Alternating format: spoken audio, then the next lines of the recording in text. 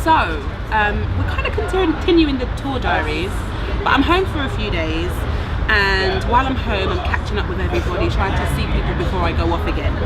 But I thought it would be really cool for me to talk about creatives and relationships. So I'm not just talking about romantic relationships, I'm talking about friendships and family members and all that kind of stuff, and how working in the creative industry impacts the nature of the relationships that creatives have. So I'm going to be speaking mildly personally, but obviously this is quite a generic topic, so it will apply to many different people, not just in the music business, but in, you know, dance, acting, media, that kind of stuff, writing. So while I'm home, obviously I'm catching up with all my friends, and I realise how much I love my people being away from them. And it's really difficult because I feel like while I'm away, it's almost, I feel very disconnected. Not because I can't keep in touch on the phone, but when you're away, you miss stuff. That kind of close proximity kind of brings an extra added kind of oomph to your conversations and stuff. And I'm a kind of person that I really like to see people face to face. Relationships is a pretty tricky topic. One, because there's no rules about what a relationship should be, but based on traditional ideas of how relationships go, it's very difficult as a creative to maintain romantic relationships and friendships in the way that you would do if you, say, did a 9 to 5. And the reason why I say that is because a lot of my friends talk about how their romantic relationships have suffered or have benefited from them being creative and being away at times. And a lot of family members have commented on how particularly my working schedule impacts them as people. So enough of the airy-fairy, let me get into the nitty-gritty. So obviously I'm away a lot, and there's times when I can't really keep in touch as frequently as I would like with my family, say. And I know a lot of my family members don't really understand what it's like to travel and the difficulties that it presents when trying to keep in touch, being involved in family matters, attending family events.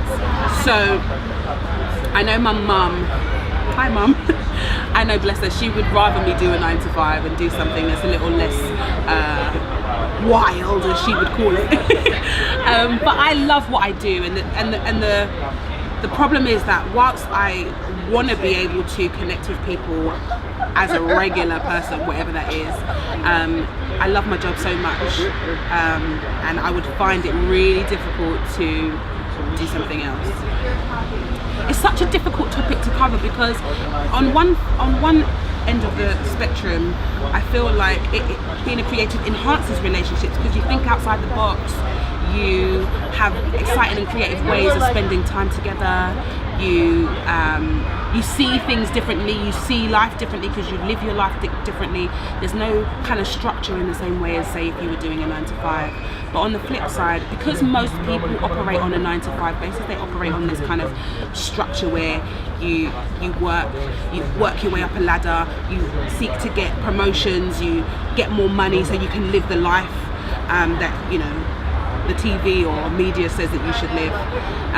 But I don't live my life that way, and because I don't live my life that way, it poses challenges with people who choose to do that with their lives. And that's not me saying that anyone should live in any particular way. Everyone has the right to be how they want to be.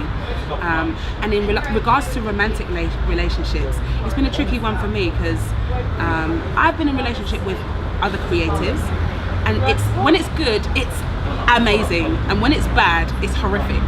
And I say that because when you date a creative, they get it. They understand your lifestyle, they understand what you do and how it makes you feel, and they understand dropping plans at the last minute because you've got a job in, or they understand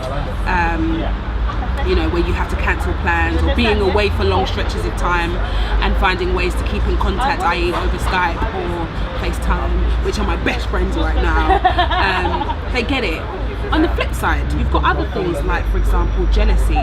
You know, particularly if you're working in the same industry, you can get into a situation where you're judging yourself against each other. Maybe you're having a good spell and they're not having such a great time, or vice versa, and it can kind of make you feel a little bit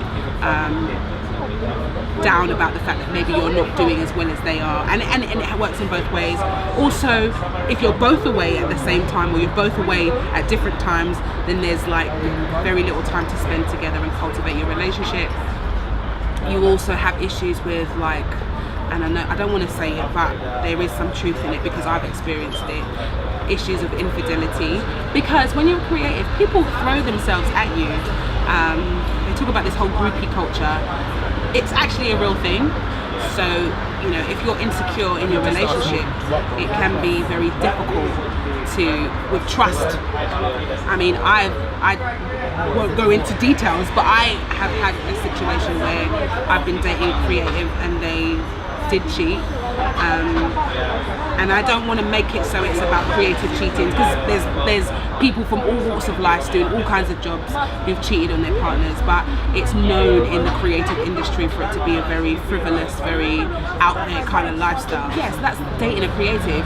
If you choose not to date a creative and somebody who's not in the creative industries, you get the yin and yang. It's great because you both have different perspectives, so you can balance each other out. You can show the other a different side to life and a different side to doing things. You kind of have the structure on one side and have the excitement and spontaneity on the other side. So there's a nice balance of both worlds. But then if it can work in two ways, in that if you are not a creative and you don't understand how creatives work, it can be really frustrating. Say for example, when you make plans and the plans have to be cancelled at the last minute because the person has to go off and do a job, or when you want to do one thing and the other person wants to do a different thing and you can't really see eye to eye about what you both enjoy. And another thing is when you have someone who's creative and dating someone who's not, you can get this whole fanning situation. And what I mean by that is that, for example, with me, I dated somebody who wasn't used to hanging out with celebrities, wasn't used to being in environments where it's very social and very, I wouldn't say high class, but basically very different to everyday life. And he totally fanned. Like, he was always kind of walking around, taking pictures with my employers who are celebrities, and I found myself being really on edge when he was in a social scenario. So I felt like, oh, I hope he doesn't say anything or do anything that's embarrassing or puts my work in jeopardy, because he just didn't live in that world. And also when we talked one-on-one, I couldn't get him to just see me as like, this is a job and I'm wanting to relate to him on a human level. He was just like, oh my god, she's working with celebrities, she's this, she's that, and it did frustrate me, and that's part of the reason why we broke up. So yeah, there's that element. And in friendships as well, I mean, they're not exclusive to romantic relationships, but friendships can be difficult as well for the same reasons. But while I'm home, I just wanted to, as a thank you to all my friends, just say that I love everybody who has taken the time to connect with me on any level. I'm always grateful and always happy to connect with people who are like-minded, people who take the time to get to know me, and to all my family who have put up with my erratic schedules and have put up with me talking about things that maybe don't interest them. I'm forever grateful, and I'm always working hard to make sure that I maintain good relationships with my friends and family. And you know, I hope that you guys have figured ways of how you can maintain your relationships in a great way. If you've got any ideas that you can swing my way, I'm always open, because relationships, there's no real right and wrong. Everyone's different and everyone expects different things. So for me, I'm always looking for ways to improve my relationships with my friends, my family and partners. Not that I have multiple partners, but you know what I mean. Thanks for watching, guys, I know it was like a little bit of a crazy topic, but it's something I do think about, and I'm sure that if you speak to a lot of creatives, they also think about it too. So you know what to do, hit the subscribe button below. Make sure you subscribe to our social media as well. We're on Twitter, Facebook, Instagram, Snapchat, Google+, and every other platform you can possibly think of. And make sure you contact us, tell us how you feel about your relationships and tips that you use while you're away or while you're doing stuff. But thanks for watching, guys. Bye.